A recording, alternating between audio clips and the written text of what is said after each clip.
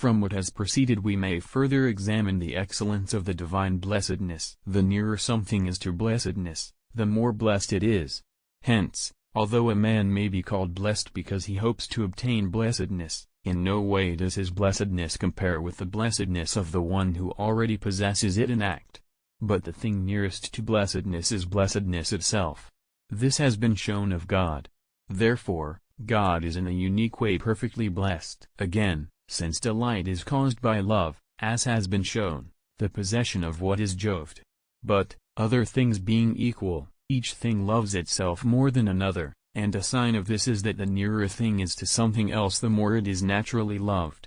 God, therefore, delights more in his blessedness, which he himself is, than do other blessed ones in the blessedness which is not they themselves.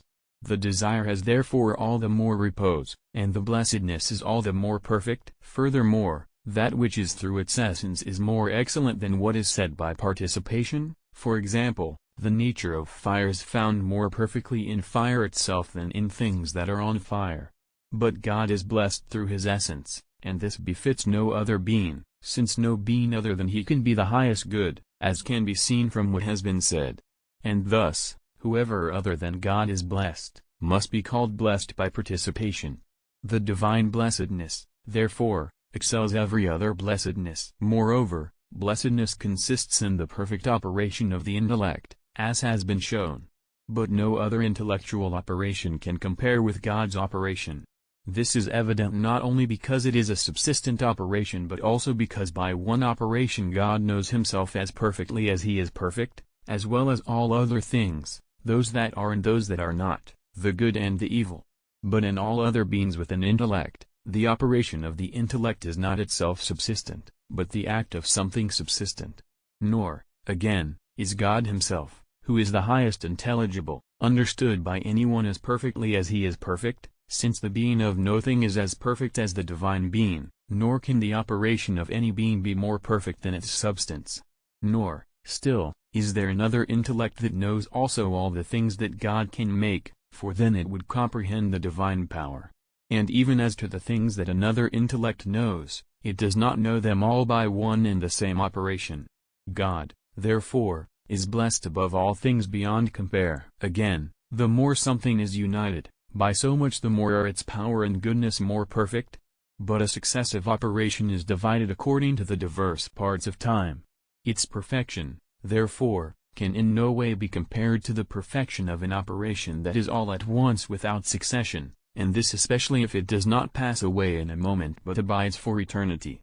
Now, in God, to understand exists eternally all at once and without succession, whereas in us to understand implies succession because continuity and time are by accident joined to it. Hence, the divine blessedness infinitely excels human blessedness, as the duration of eternity excels the flowing now of time. Furthermore, weariness and the various cares with which perforce our contemplation in this life is mingled, and the errors, doubts and hazards to which the present life is exposed show that human felicity, especially that of the present life, cannot at all compare with the divine blessedness. Moreover, the perfection of the divine blessedness can be observed from the fact that it includes within itself every blessedness in a most perfect way. For contemplative felicity God has the most perfect and everlasting consideration of himself and other things. For active felicity he has the government, not of the life of one man, or of a household, a city, or a kingdom, but of the whole universe. As for false and earthly felicity, it contains no more than a shadow of that most perfect felicity. For it consists in 5 things, according to Boethius, namely, in pleasure, riches, power, honor, and fame. But God enjoys a most excelling delight in himself, as well as a universal joy in all things, without the admixture of any contrary. For wealth, he has the all-abundant sufficiency of all good things within himself, as was shown above. For power, he has his infinite strength.